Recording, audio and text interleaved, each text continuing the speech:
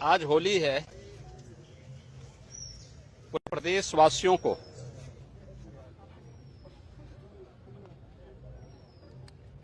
उत्साह और उमंग के इस पावन पर्व की, समरसता के इस पावन पर्व की मैं हृदय से बधाई देता हूं। हजारों वर्षों की इस विरासत को संरक्षित करके भारत की ऋषि परंपरा ने, पूर्वजों ने जिस थाती को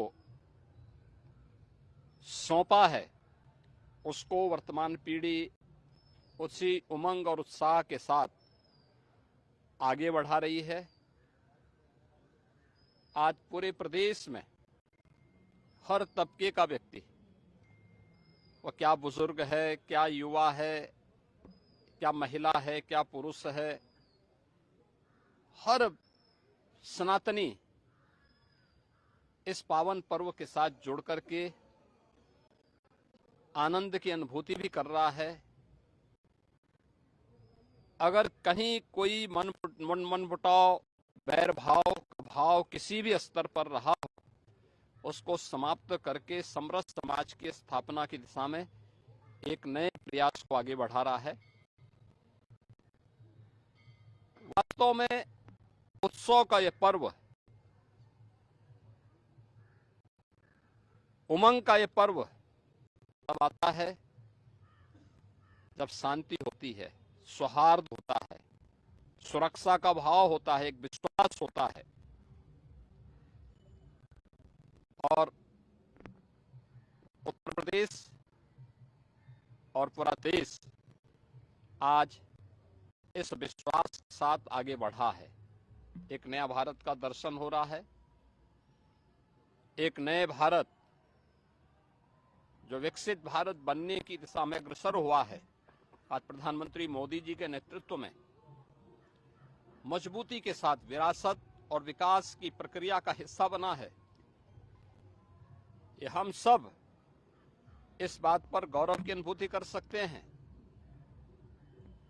कि हमें आजादी के अमृत काल में प्रधानमंत्री मोदी जी जैसा एक यशस्वी मार्गदर्शक और नेतृत्व प्राप्त हुआ है, जिनके नेतृत्व में भारत विकसित भारत और आत्मनिर्भर भारत की इस परिकल्पना को साकार कर रहा है।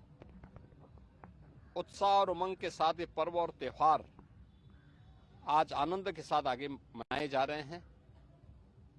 हम सभी मिलकर के समरसता के इस पावन पर्व को इसी उमंग और उत्साह के साथ अनंत काल तक आने वाली पीढ़ियां इस पर्व और त्योहार को ऐसे ही आयोजित करती रहे, मैं इसकी बधाई देता हूं।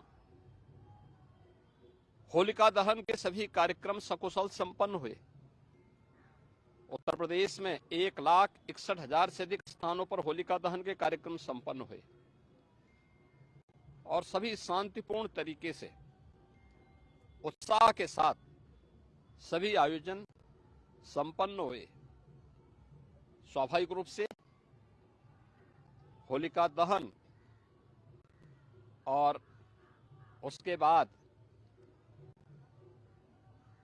भगवान श्रीहरि विष्णु की एक महत्वपूर्ण अवतार, नरसिंह अवतार,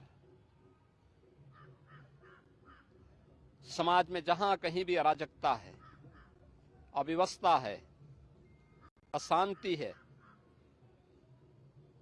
उसको दमन करने के लिए, सज्जन शक्ति का संरक्षण करने के लिए, दुर्जन शक्ति को परास्त करने के लिए, यानी सकारात्मक भाव को प्रोत्साहित करने और नकारात्मक भाव को द्रोहित करने के लिए ईश्वरीय अवतार एक नई प्रेरणा प्रदान करता है।